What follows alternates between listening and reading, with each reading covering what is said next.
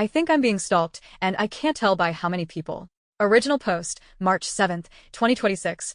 I work full-time at a public university in the US as an office manager and am enrolled in grad school at the same institution. I graduate this May. I have in-person night classes, 3 days a week that start right after I get off work. My apartment is on the first floor of a complex about 10 minutes away. Over the past few months, I've had numerous bizarre occurrences around my home and workplace. The first, to my knowledge, was in September and was something my neighbor across the hall, very sweet older woman, told me. A man was banging on my door for around an hour just after midnight. I was not home. My neighbor poked her head out to ask him what was going on, and he said he was a door dasher, with no food or bags in his hands, apparently. My neighbor watched him through the peephole and told me he tried the doorknob multiple times. No ring camera or anything, so no footage. As far as I know, he didn't come back, but I've also had 3 or 4 instances over this several-month period where someone knocked on my bedroom window, blackout curtains always closed, late at night loud enough to wake me, and my tiny dog. Never saw who it was. In October, a woman came to my sliding glass door about a month later demanding to come in because her stolen device had apparently been pinging my apartment. When I refused, she called the sheriff's department. The deputy, who came, asked me a couple questions and left, but did confirm that a device was pinging my apartment. Never found out if she meant a phone or what. The woman hung out in the parking lot before leaving a few minutes later. Obviously, I've never stolen any phone, so I was completely bewildered. Never saw her again. In December, things came to a head when I found a plug-in GPS tracker in the OBD, editor's note, onboard diagnostics, poured under my dashboard. Car dealership where it got serviced last said they didn't use that brand, Land Air Sea, and yes, I have the model and serial hashtag, and didn't perform any services that would have warranted putting it in there. I called the cops, and they just wrote down a few details and left. University police were also informed since the tracker was probably placed either on campus or at my apartment. The tracker was the biggest red flag. I never checked my OBD port, so I have no idea how long it was there. I told my unit director, and he offered to subtly remove mentions of me around the office and on the website, which I accepted. I am, however, posted up at the office front desk for like 80% of my day. This past Tuesday, right before I left for lunch, a middle-aged man came into the office wearing a hairnet, surgical mask, hoodie, and sunglasses. He claimed to be a prospective student and had questions about FAFSA. He was extremely hard to understand. I directed him to the financial aid office across campus, and he kept asking questions that our office cannot answer. I thought, sure, fine, maybe harmless and just not all there mentally. He walks over to our coffee machine, not for communal use BTW, but I didn't want to be a bitch, and just starts making coffee. He's still there when I leave, and one of my staff watches the desk while I'm out. When I return from lunch, he's gone, but walks in after me a few minutes later and just sits in the lobby on his phone before getting up to leave almost immediately. I was off work Wednesday and Thursday, so I came in Friday. I felt like giving my mostly undergrad staff a break, so I gave them permission to head home early, inadvertently leaving me alone in the office. The man came back wearing the exact same clothes, mask, hairnet, and sunglasses within 5 minutes of the office clearing out. Our office is technically open to the public, but isn't really public-facing, and he had no reason for being there, especially that late in the day. He came in, barely acknowledged me, and said he was going to bring back bottled water for our coffee machine. He left again. I'm very creeped out by this, so I messaged my director, working remotely, and he got an IT guy from the adjacent building to come over with his laptop to keep my company. I explained the situation, and he said he'd stay with me till close. He settles in my director's office just around the corner, but it still looked like I was alone. The man does come back without water and leans against the desk trying to start a conversation with me. IT guy comes around the corner and stands between me and him, and he quickly changes the subject and asks about financial aid again for the 4th time in as many days, before being directed away and leaving immediately. I'm strongly considering informing campus police about this. Like I said, they already know about the tracker. I have had problems in the past during my undergrad years at a different institution with men and a woman being creepy towards me, but nothing to this level. I have no idea what to do. I can't tell what's isolated and what's connected. My family lives an hour away and has been no help at all. I have a sinking feeling that things are going to escalate. Any advice on what I should do or change at home, work, or elsewhere is appreciated. I'm open to further questions. Relevant top comments. Downvoted commenter. It is all isolated. Please speak with a psychiatrist. OOP. I'm not going to have a psychotic break. Other people close to me have told me that this is all weird, and I was right to report it. Commenter 1. Buy security cameras or a Ring camera for the front door. Tasers are cheap on Amazon, and there's companies that sell knives disguised as pens or combs. I have several of those. You might also want to check out those devices that reveal ping on electronics secretly placed in apartments' houses to record people. What did the woman look like who came to your sliding door? OOP. I remember her being very skinny and tanned with hair dyed platinum blonde. I also have a gun that I CC pretty much wherever it's legal, but never on campus. Commenter 2. Get a friend at neighbor to check in on you every day. Can you vary the way you go home every day? OOP. It's pretty much a straight shot home, but I can take the longer route or zigzag a little. Unfortunately, it's highly likely that the tracker logged my workplace and home already. Commenter 3. Definitely inform campus police to start your paper trail. I'm very paranoid when it comes to any paperwork, so I'd ask for copies of the police report regarding that lady, and ask for a copy after you tell campus police. Make sure it's in writing about the tracker, too. Are there cameras in the office? Also, OOP. Both county and campus police know all there is to know about the tracker, but are yet to be filled in on the office visitor. The hallway cameras will have captured what he was doing in the building, but not in the office itself. Commenter 4. Was a victim of stalking by an ex for over 2 years. Do you have anyone in your past that was abusive or took a breakup hard? Anyone with access to flying monkeys? The tracker is most concerning to me. If you found one, there might be another. I had 2 on my car. One of them was under the driver's seat. Never did find the other one, before the ex made the car go bye-bye. Took it from in front of the courthouse, by the way, while I was inside filing a restraining order. He even had another ex of his who he reconciled with stalk me. Weird AF. The tracker I found under the seat was a small, white, unmarked box that looked like it belonged with the car. Wired in, but what clued me in was duct tape on the wiring around the side of the seat. I would also have your apartment checked for bugs. Be aware of conversations you have with others, and if someone brings up an off-the-wall topic that you've spoken with someone else about in the recent time frame, sure sign of a bug. Cell phones can also be bugged these days, and you don't have to click on any links or answer any calls to have it happen. You need cameras for sure and enforcers for your doors. Check the screws on the wall part of the door. If they're the short screws, then reinforce with long screws. Amazon also sells gadgets that go from door handle to floor and will make it harder for anyone to get in. If you have sliding glass doors, put a 2x4 in the slider when the door is shut to prevent entry. Do the same with your windows if possible.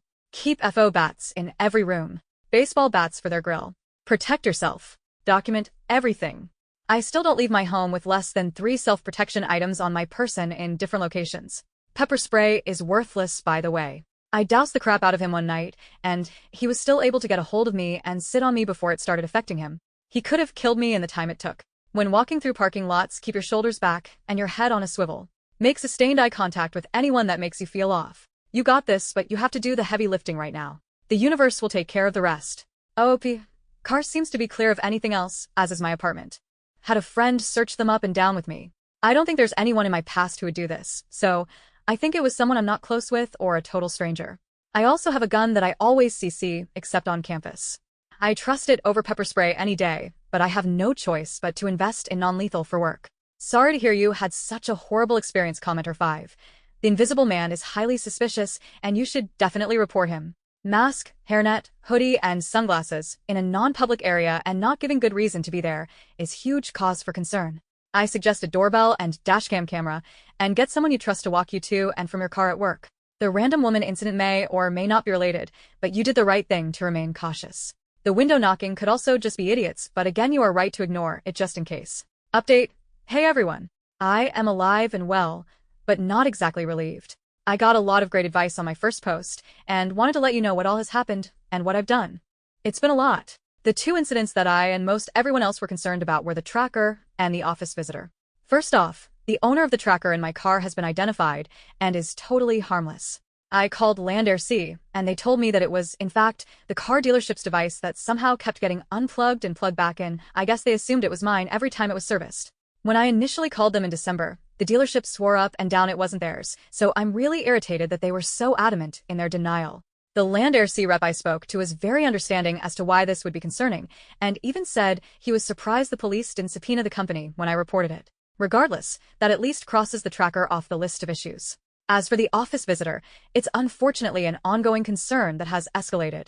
I called campus police last Monday, 3/9, and they explained that my director had reported the guy to them already the day before I made my first post. Police didn't tell me much aside from the fact that his behavior seemed extremely unusual and that he disappeared once officers arrived to the building. They gave me the usual spiel about how I should call for police escort if I feel unsafe. I had to get the rest from my director and one of my staff. Apparently, this guy had not only been hanging out around the building, but had been lingering for a long time on the bench just outside my office. I can't see it where I'm sitting, at various points throughout the week, including when I was there. I also cleaned out that coffee machine thoroughly and put it in the back room. Doesn't really look like he messed with it. He came back Friday, 3/13, at almost exactly the same time as the previous week. By a stroke of sheer fucking luck, I was already in the back conference room before he saw me. I snapped the attached pic of him speaking to a male staff member at the desk and quietly locked myself in my director's office. He was working remotely again. I called campus PD and texted my director. I could hear the man and my staff talking briefly, and the guy left immediately. He didn't linger like he does with me at the desk. Both the arriving office and the division leader, my director's boss, whom my director alerted, arrived quickly and knocked on the door, obviously concerned. The officer communicated to me that he will be found and trespassed. He has not shown up in our public trespass warnings records, so I guess that went nowhere. That wasn't the end of it. This Monday, 3/16, we were expecting severe weather, so campus was closed and remote work was permitted.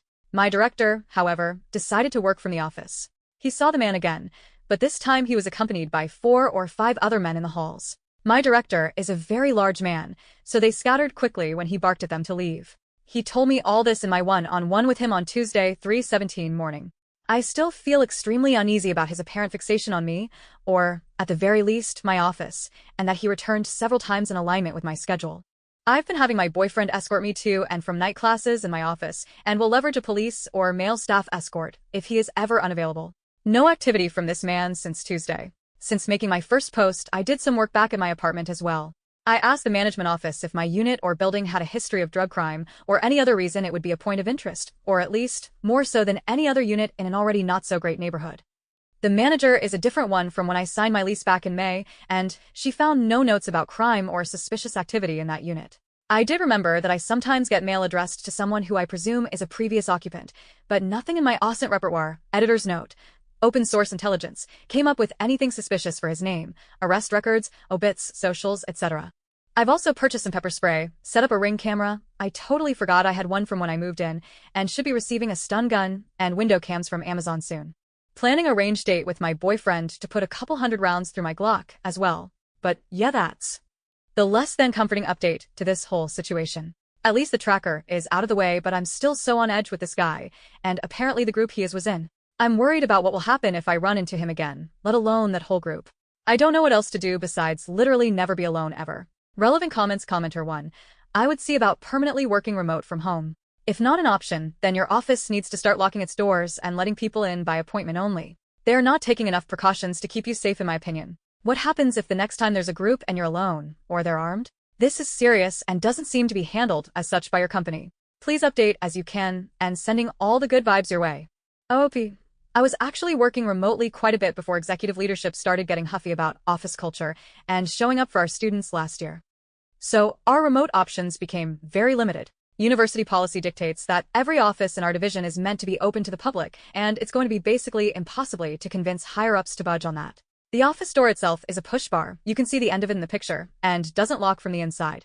Basically, if a staff member is in the office, anyone can get in comment or two. I was actually working remotely quite a bit before executive leadership started getting huffy about office culture and showing up for our students last year. So our remote options became very limited. I'd be very shocked if they couldn't make an exception for you though, or at least try to find some alternate solution, because everything, especially with a man coming back with a group of other people, is incredibly concerning. It couldn't hurt to ask. Also, do you still think the man who's showing up is related to the lady who left a device in your home? Do you have any updates from the police on what her deal was? Best case scenario, that was a massive coincidence, meaning he wouldn't have your home address. Sending you good vibes as well, and please stay safe. This is probably the most disturbing thing I've read on this sub. OOP. Yeah, I have no clue who that lady was, but one thing I forgot to mention was that she initially asked who else lived with me. I said my boyfriend, which wasn't true. So, that was a concerning opening question from her. She was the one who called the cops. I just gave a brief statement to the deputy, who came.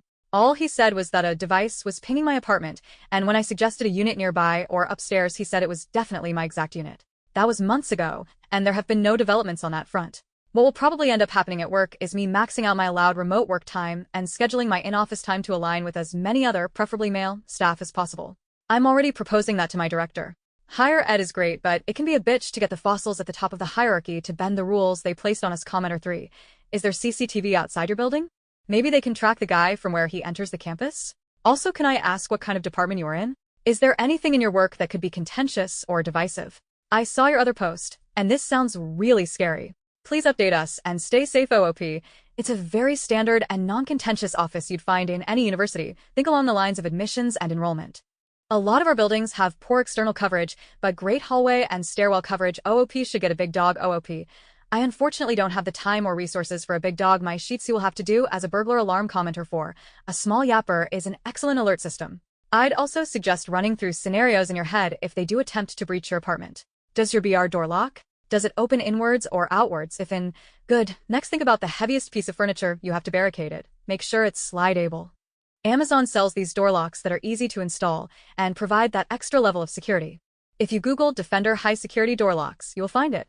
For under $20, it's really effective, and we installed on our MBR door for extra peace of mind.